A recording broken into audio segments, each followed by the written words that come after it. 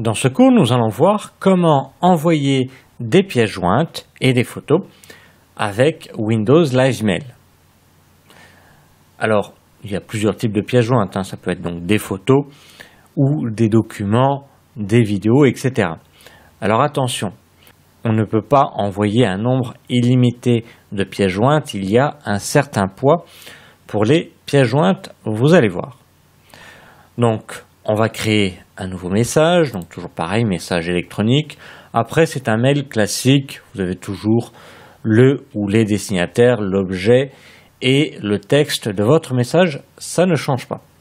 Donc, si on veut mettre des pièces jointes dans le mail, on va cliquer sur « Joindre un fichier ». Une fenêtre s'affiche et vous allez sélectionner là où les pièces jointes que vous voulez envoyer. Donc là, après, vous allez dans le dossier voulu et puis vous sélectionnez des documents, des photos que vous voulez envoyer. Si c'est qu'un document, vous allez faire un double-clic dessus et automatiquement ici, on aura son nom et son poids. Ici, 1,81 mégas. On peut double-cliquer sur le nom de la pièce jointe pour voir cette photo, pour voir ce document. Alors, je reviens à son poids. Ici, généralement, une photo fait en moyenne 3 mégaoctets. On a une limite lors de l'envoi des pièces jointes. On peut envoyer, je ne sais pas, une dizaine, une vingtaine de pièces jointes. Il n'y a pas de souci. Mais ce qui importe, c'est leur poids. Généralement, les messageries ne vont pas au-delà de 5 mégas en termes de poids de pièces jointes totales.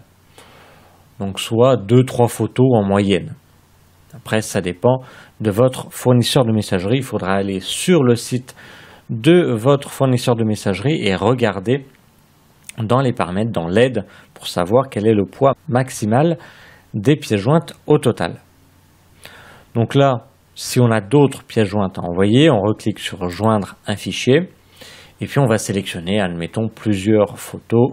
Je clique une fois sur l'une des photos, je laisse appuyer sur la touche CTRL, CTRL de votre clavier, et je clique sur d'autres photos.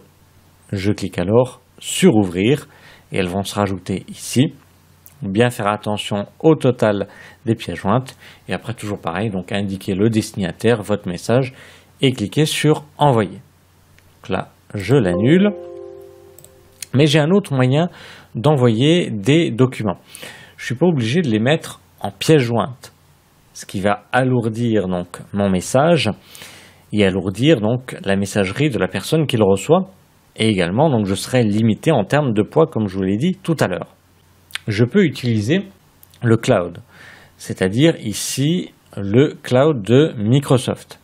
Pour cela, il faut bien entendu avoir un compte Microsoft, c'est gratuit.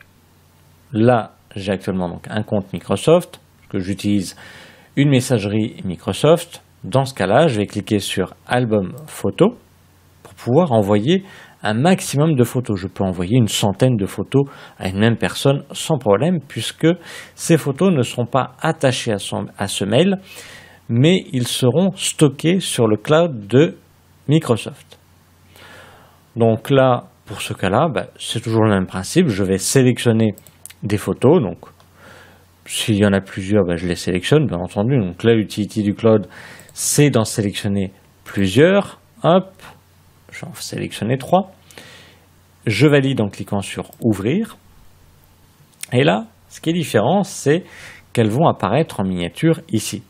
Je n'ai plus qu'à donner un titre à cet album. Donc là, ici, je clique sur Entrer le nom.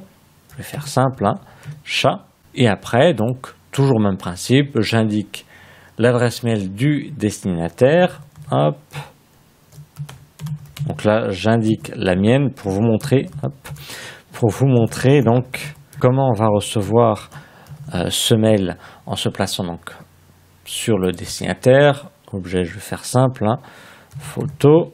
Hop. Je peux même rajouter un message en dessous et je clique sur envoyer. Donc là, comme il y a beaucoup de photos, ça va mettre plus de temps. Donc là, le mail va être en attendant dans la boîte d'envoi jusqu'à temps qu'il sera envoyé. Voilà, le mail a été envoyé puisque je n'ai plus rien dans la boîte d'envoi. Et là, je vais forcer le logiciel Windows Live Mail à revoir si je n'ai pas d'autres mails. Normalement, je devrais en avoir reçu un, bien entendu. Donc, je vais cliquer ici sur l'icône envoyer recevoir. Donc, ça va leur forcer à regarder si je n'ai pas d'autres mails. Donc voilà, le mail est parti. Je n'ai plus rien dans la boîte d'envoi.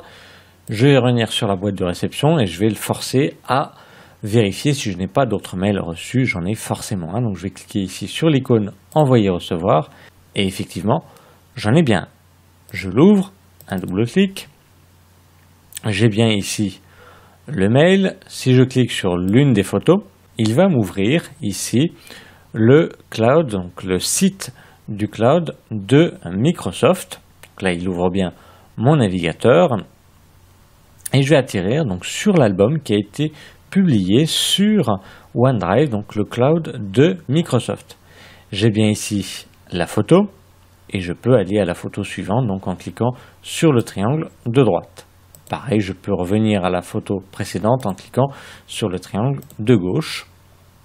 Je peux fermer, ou j'aurais pu cliquer sur voir le diaporama et là ça aurait été le même principe.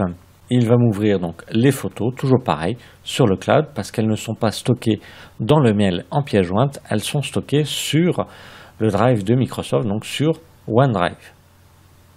Je peux bien entendu télécharger aussi les photos.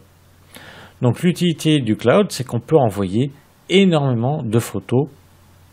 La limite, bien entendu, est le stockage du cloud qui est en moyenne une dizaine de gigas. Donc là, après, on peut voir sur le site de OneDrive la capacité de stockage gratuite et éventuellement payante. Mais ça vous permet quand même d'envoyer facilement une centaine de photos, voire plus, largement, par mail avec le cloud. Donc voilà, nous avons vu comment envoyer des pièces jointes et des photos par mail et en utilisant le cloud de Microsoft avec le logiciel Windows Live Mail.